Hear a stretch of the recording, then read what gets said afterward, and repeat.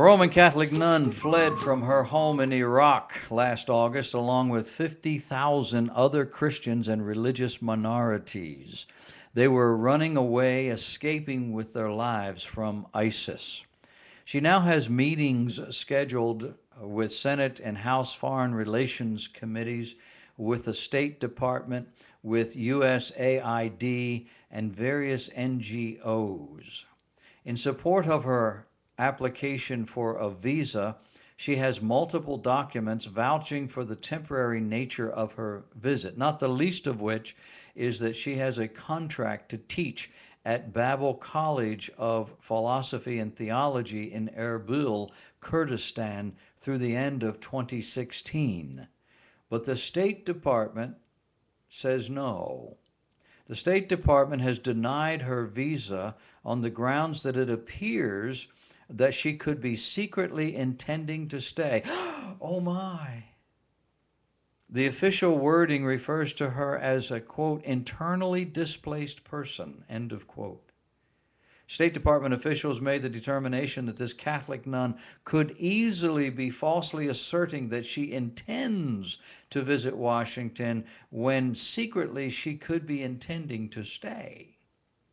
That would constitute illegal immigration, and of course we all know that is strictly forbidden.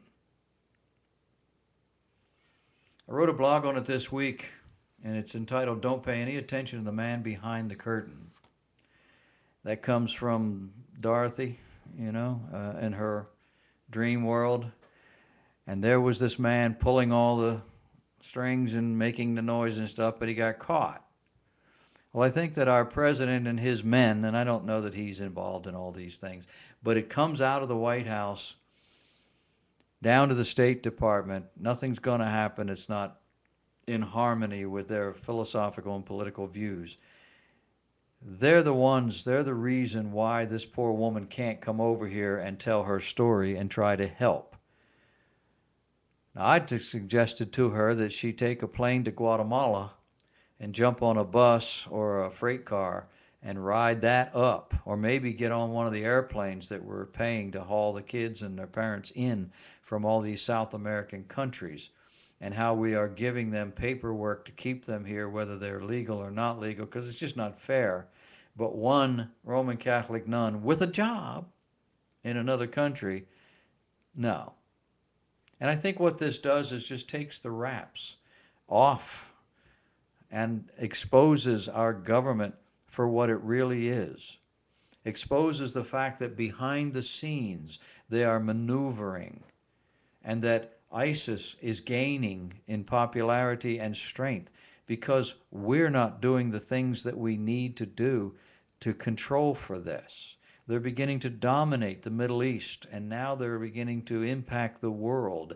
And here in this country, we have people, homegrown American citizens, who are being influenced by these people. What we're watching is the deliberate manipulation of the law for a purpose of global domination. ISIS is a serious, evil, dangerous, and destructive organization. And all the spin-offs and all the other letters you can throw at this thing are the same. The forces of good in this world are there to push back on the forces of evil. But the forces of good don't seem to have a stomach for that. There's a truism in life. Whatever it is that seems to make sense, or to make perfect sense to the one doing it, no matter how much it makes no sense to you, that's what they're doing. And when your enemy says, I hate you and I want to kill you, you're supposed to believe him. All we have to do is try to figure out what it is he's trying to accomplish, and the picture will become very clear. We're not looking at it this way. We're looking at fighting this thing with a PR campaign.